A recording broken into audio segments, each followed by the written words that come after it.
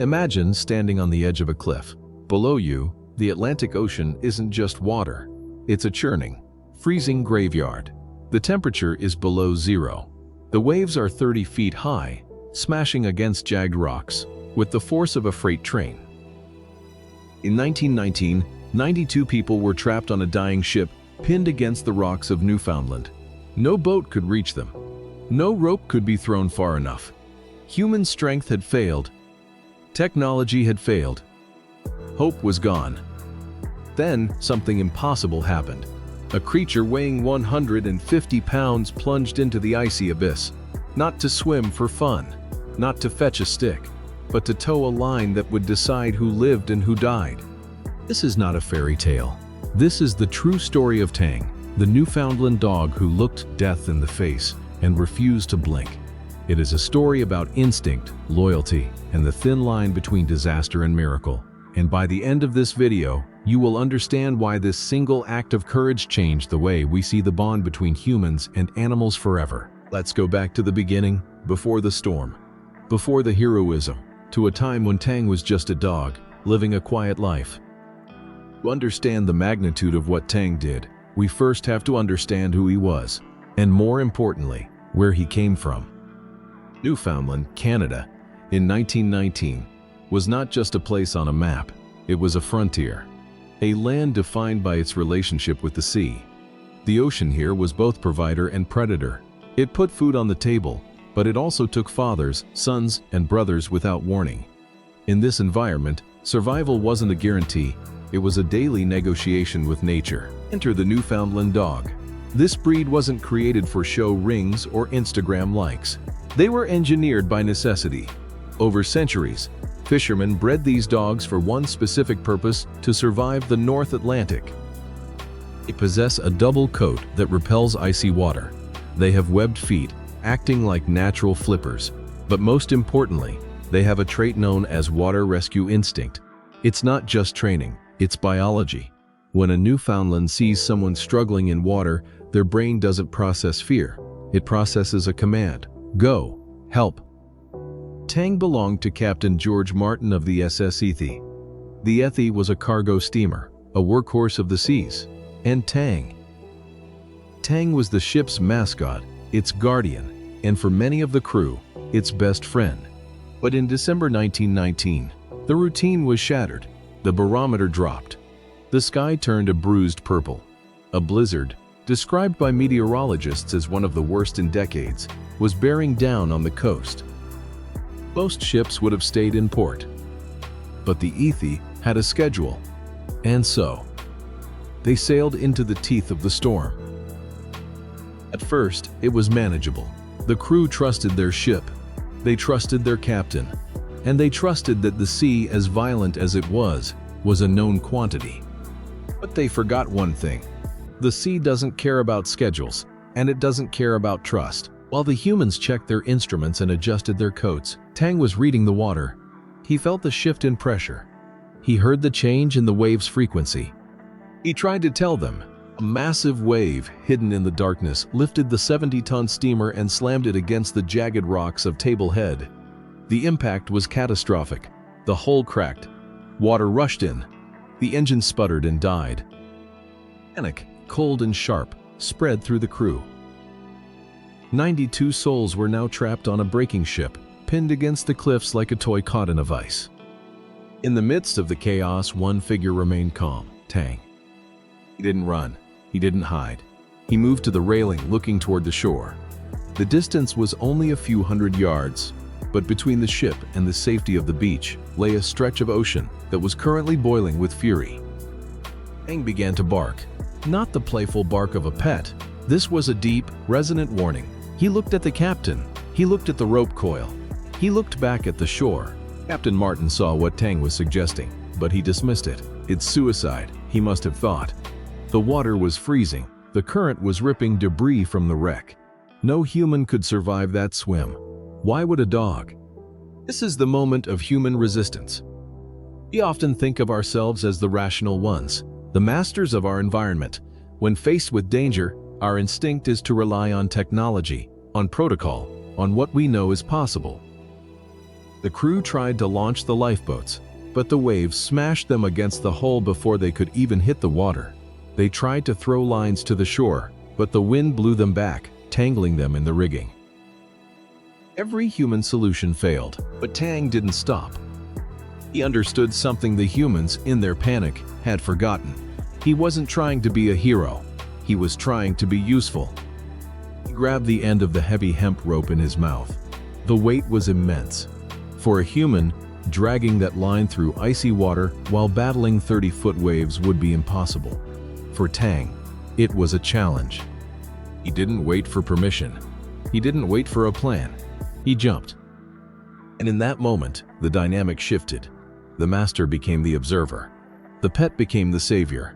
This wasn't just bravery. It was biology. His webbed feet paddled with the efficiency of a propeller. His oily coat repelled the freezing water, keeping his core temperature stable. His lungs, adapted for deep dives, held air long enough to navigate the crushing waves. But even for a Newfoundland, this was too much. He disappeared. For a terrifying minute, there was nothing but churning white water. Had he been crushed against the rocks? Had the cold stopped his heart?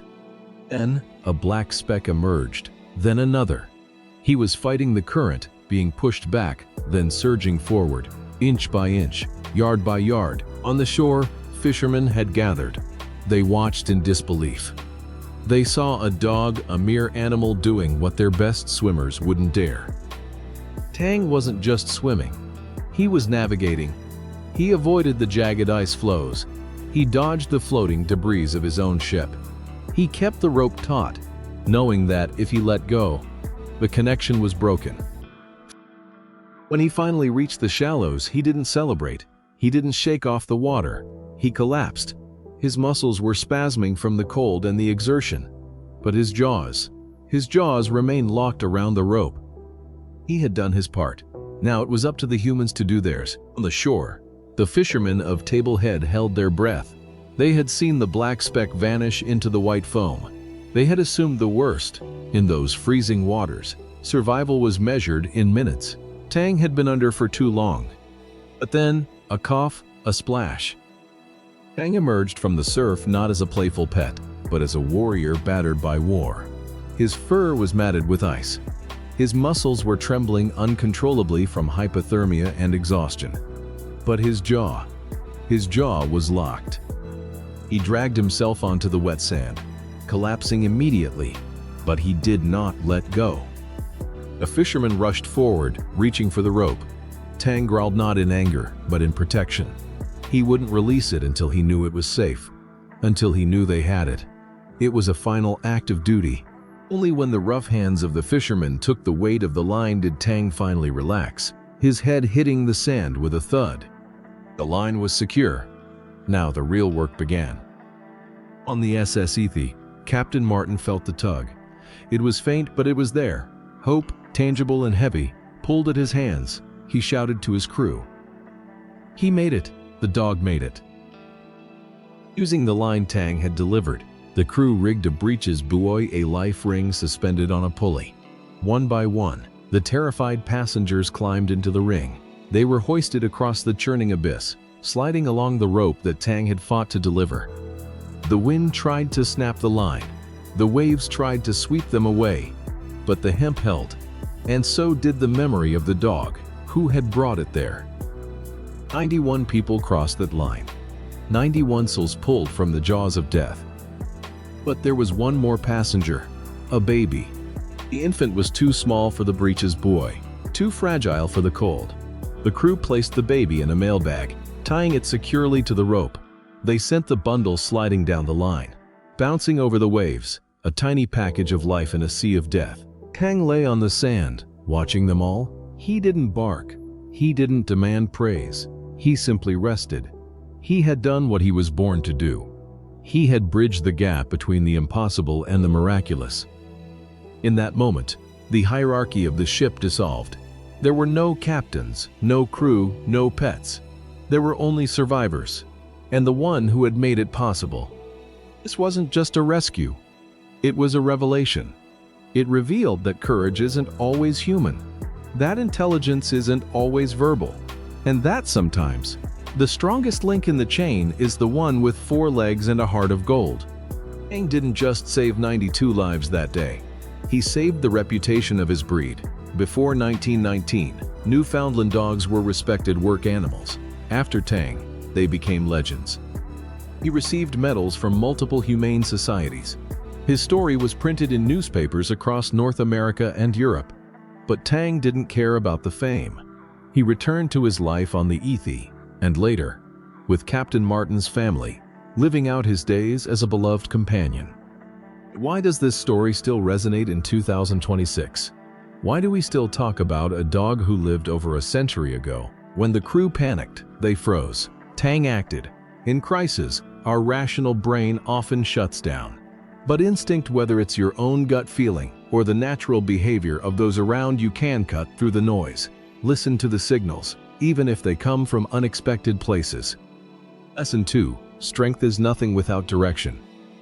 Tang was powerful, yes, but power alone wouldn't have saved anyone. He needed the rope. He needed the crew on the ship to pull. He needed the fishermen on the shore to catch. True heroism isn't a solo act. It's a connection. It's about being the link that holds everything together when the world is falling apart. Lesson 3. Humility in the face of nature. Humans thought they could conquer the Atlantic with steel and steam. They were wrong. It took a dog, a creature of nature, to bridge the gap, respect the forces bigger than you, and sometimes admit that you need help, even from the smallest or furriest among us. Today, if you visit Table Head in Newfoundland, you won't find the wreck of the SS Ethie. The ocean has claimed it, but you will find the spirit of Tang. Every time a Newfoundland dog dives into cold water to retrieve a toy, or stands guard by a pool, or simply rests its head on your knee after a long day, Tang is there. He reminds us that loyalty isn't just a word, it's an action. It's showing up when it's hard. It's holding on when you want to let go. Tang didn't wear a cape. He didn't speak a word. He just swam. And in doing so, he taught us all how to be human. I want to hear from you. Question 1. Have you ever had a moment where your pet seemed to know something was wrong before you did? Share your story in the comments. Question 2. If you were on that ship, would you have trusted Tang? Be honest. Question 3. What's the most incredible act of animal bravery you've ever heard of? Let's build a list in the comments below. If this story moved you, please hit that subscribe button. We dig deep into history to find the stories that define us. Stories of courage, loyalty, and the unbreakable bonds between species.